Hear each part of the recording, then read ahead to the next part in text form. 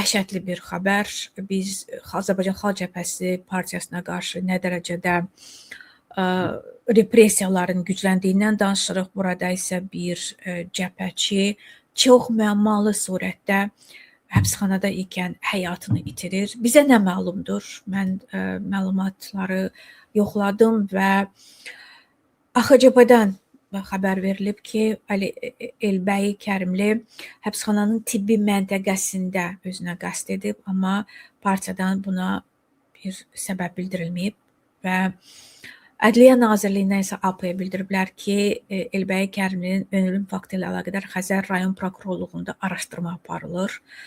Belinizə çöpdən dirək və yaxınlarından da, doğmalarından da mən bilən hələ dəqiqləşdirmək mümkün olmayıb, amma onun saxlandığı cəza çəkmə müəssisəsində hadisənin dünən, yəni dekabrın 12-sində baş verdiyi vurğulanır. Daha sonra biz bundan əvvəl də Elbəy Kərimlinin karserə salındığını xəbərlərini eşitmişdik cərimə kamerasına. Bununla bağlı iyul ayının 13-də Azadlıq qəzetinin veb saytından məlumat yayılmışdı və məlumatda iddia olunurdu ki, Elbəy Kərimli cəza çəkmə müəssisəsinin Ədliyyə Nazirliyinin penitensiar xidmətindən gələn nümayəndələrin öz önündə tənqidi çıxış edib, şərlənərək həbs olunduğunu deyib, bundan sonra isə o döyülüb və karserə salınmışdı. Və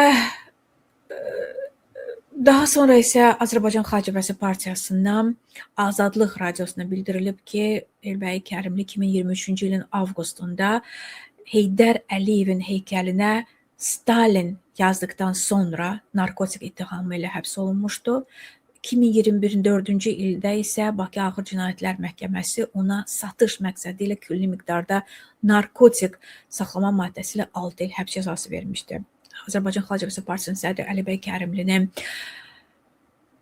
Facebook səhifəsində yazılan məlumata görə isə Elbəy Kərimli həbs olunanda ona iki variant verilmişdi ki, ya səni silahla tutacaq, ya da narkotiklə tutacaq. Bax, hansını istəyirsən seç və iddia olunur ki, o məhz Heydər Əliyevin heykəlinə Stalin sözü yazdıqdan sonra bu cür cəzalandırılırdı. Sosial şəbəkələrdə adamlar haqlı olaraq Bayram Məmmədova xatırlayırlar ki, o zaman da Qiyas İbrahimli və Bayram Məmmədov Heydər Əliyevin heykəlinə Qul bayramı, Gül bayramı günündə Qul bayramı yazmışdılar, and fact system yazmışdı və buna görə 10 il həbs cəzası almışdılar. Yəni siz Avropa ölkələrində görürsünüz ki, qrafiti divarda yazmaq bu bir art sayılır, incə sənət sayılır. Bizdə isə 10 il həbs və Bayram Məmmədov siyasi məhbus olduğu üçün ölkədə ciddi rezonans yaratdı və xarici ölkələrində təzyiqi nəticəsində İlham Əliyev onların hər ikisini əfv etdi. Amma Bayram Məmmədov daha sonra Türkiyəyə yollandı və Türkiyədə isə çox məmmalı şəraitdə həyatını itirdi və biz bugün də onun güya özünə qəsd etməsi, yaxud üzr istəyirəm, qəsd edildi, orada güya suda batması versiyası irəli sürülürdü və mən bilmirəm bu versiya nə dərəcədə həqiqəti əks etdirir. Faktiki olaraq bir gənc öz həyatını bir sözə görə itirmiş oldu. Yəni aydındır ki, Əliyevlər üçün hakimiyyətdə qalmaq üçün bir yaradılan miflər, obrazlar vardır ki, onlar müasir zamanənin Lenini yaxud Stalini məhz Heydər Əliyevdir, ona bir mənalı surətdə sitayiş edəcəksən, onun qarşısında iki qat əyiləcəksən, bu tələb olunmaqdadır və siz növbəti dəfə bunun şahidi oldunuz ki, bütün məmurlar, bütün hakimiyyətin, sarayın adamları necə gəlib heykəl qarşısında iki qat bükülürlər. Bunun əksini edənlər isə gördüyünüz kimi cəlladcasına cəzalandırılmaqdadırlar. Hər halda mən ümid edirəm ki, Elbəy Kərimlinin ailə üzvlərinə başsağlığı veririk. Bu dəhşətli bir ölümdür. Amma eyni zamanda ümid etmək istəyirəm ki, bizə hansısa məlumatlar da daxil olacaq. Yəni, həbsxanada qəsd necə ola bilirsən? Həbsxanadasan, içəriyə heç nə keçirməyə qoymurlar, heç əlavə paltar keçirməyə qoymurlar ki, güya adam o paltarı yaxud köynəyi boynuna keçirib özünü qəsd edə bilər. haraya baxırdı o zaman həbsxananın işçiləri, əməkdaşları? Bu necə həbsxanadır ki, sən orada özünə qəsd eləyə bilirsən? Onun üçün bu sözlər düşünürəm ki, heç kəsi inandırmır. Əslində nə baş verilib? O növbəti dəfə döyülübmü? Bundan sonra həyatını itiribmi? Qəsdən öldürülübmü? Və bunun aydındır ki, araşdırması aparılmalıdır. Əks təqdirdə bu dəhşətli bir cinayətdir. Siyasi məhbusun həbsxanada məhv edilməsi. Ələlxüsus da nəzərə alsaq ki, bugün Azərbaycan Xalq Cəbhəsi Partiyası ciddi hədəfdədir. Onun rəhbəri şərlənərək həbsə atılıb, onun 20 üzvü həbsxanadadır. Bu kontekstdə bu ölüm hadisəsi həqiqətən də ağla sığmazdır. Bilirsiniz, mən bu günlər bir yazı üzərində işləyirəm, atama məktub və indi açıqlamayacağam nə yazıram, inşallah hazır olar, sizin də onu oxumaq imkanınız olur. Amma mən bu məktubda həm də bunu da yazıram ki, heç olmaz siz, ata sən deyirdin ki, Azərbaycanda 37-38 bir də təkrar olunmayacaq. Bu dəfə təkrar olunur, amma adamlar heç olmasa məhv etmirlər. 37-38-ci illərdə olduğu kimi. Amma məlum olur ki, məhv də edirlər. Yəni, ürəyi soyumur, cəzalandırır, həbsə atır. Yəni, AXCP sədrinin səhifəsində yazıldığı kimi adama seçim verir, sən azadlıq verir ki, sən özün seç, səni hansı ittihamla ataq, narkotik ittihamı ilə mi, yoxsa sənin cibindən silah tapmışıq ittihamı ilə və orada da ürəyi soyumur və məlum olur ki, həbsxanada öldürür də.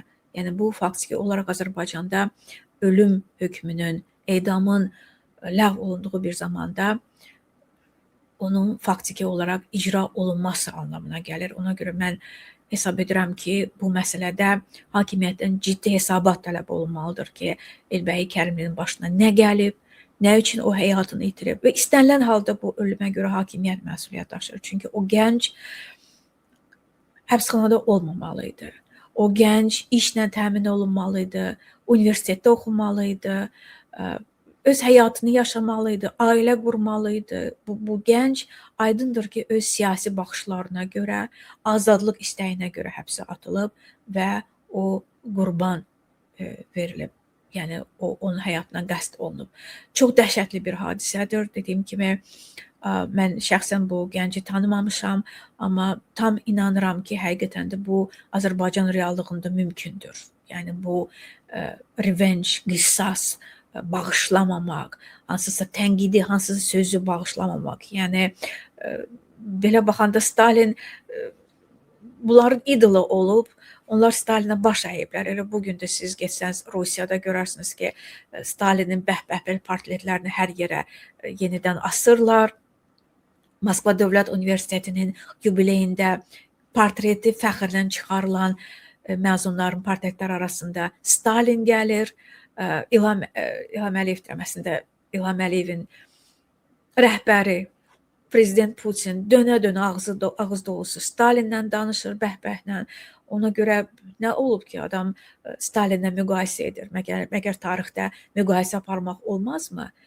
Hər müqayisə edəni həbsə atıb öldürəcəkmi? Və bilirsinizmi, bugün biz digər siyasi məhbuslarımızın da həyatından nigaranıq. Çünki Azərbaycan vətəndaş cəmiyyətinin qaymaqları bugün həbsxanadadır. Bir anlığına gözünüzün qarşısına gətirin. Azərbaycan xalqına yol göstərən, onun gözünü açan, həqiqətləri çatdıran nə qədər parlaq simalarımız bugün siyasi məhbusdur. İstəyir Azər Qasımlı olsun, Tofiq Yaqublu olsun, jurnalistlərimiz olsun, araşdırmacı jurnalistlərimiz olsun, müxbirlərimiz olsun, Rıza Səfərsoy, Ruslan İzzətli, Ələsgər Məmmədli, Anar Məmmədli, yəni nə qədərdir, Bəxtiyar Hacıyev, bu qədər sən parlaq adamları, tanınmış simaları həbsə atırsan və məlum olur ki, hansısa bir siyasi məhbusun özünə qəsd etdi, məlumatı mı bizə verəcəksən? Bu nə deməkdir? Sən o zaman digər bizim siyasi məhbuslarımıza da əl qaldırmağı düşünürmü? Ona görə bu çox dəhşətli bir hadisədir və mənə elə gəlir ki, biz hamımız buna bağlı həyəcan təbili çalmalıyıq və bu bağışlanılmamalıdır. Buna görə cəza istənilməlidir. Buna görə hesabat verilməlidir. Və mən düşünürəm ki, üzümüzə gələn günlər ərzində biz onun ailə üzvlərinə danışdığını görəcəyik. Bilmirəm, danışacaqlarmı yoxsa yox. Onlar da qorxu içərisindədir. Onların da vəziyyətini başa düşmək olar ki, sən bir yaxın adamın həyatını itirirsə bu cür faciəvi surətdə bizim əslində onlardan da gözləntimiz çox olmamalıdır. Ona görə bu çox dəhşətli bir hadisədir və Azərbaycanda yeni bir eraya daxil olduğumuzun nümunəsidir. Yəni Azərbaycandan daxil olan xəbərlərə siz bir anlıqla nəzər yetirin. Gah qiyama qarşı qüvvə yaradır özü üçün, gah DTX-ya ilə bağlı sərəncam verilir ki, DTX hər bir Azərbaycan vətəndaşını izləyə bilər, onunla bağlı şəxsi məlumatları əldə edə bilər. Gah siyasi məhbus həyatını itirir, gah ümumiyyətlə sosial şəbəkədə nəsə yazan, yaxud siyasi müxalifət partiyasının sədri həbsə atılır, xaricdəki blogerlərə cinayət işi açılır. Yəni Azərbaycan konkret bir polis rejiminə çevrilib, jandarm rejiminə çevrilib və artıq hüquqlardan danışmağa dəymir.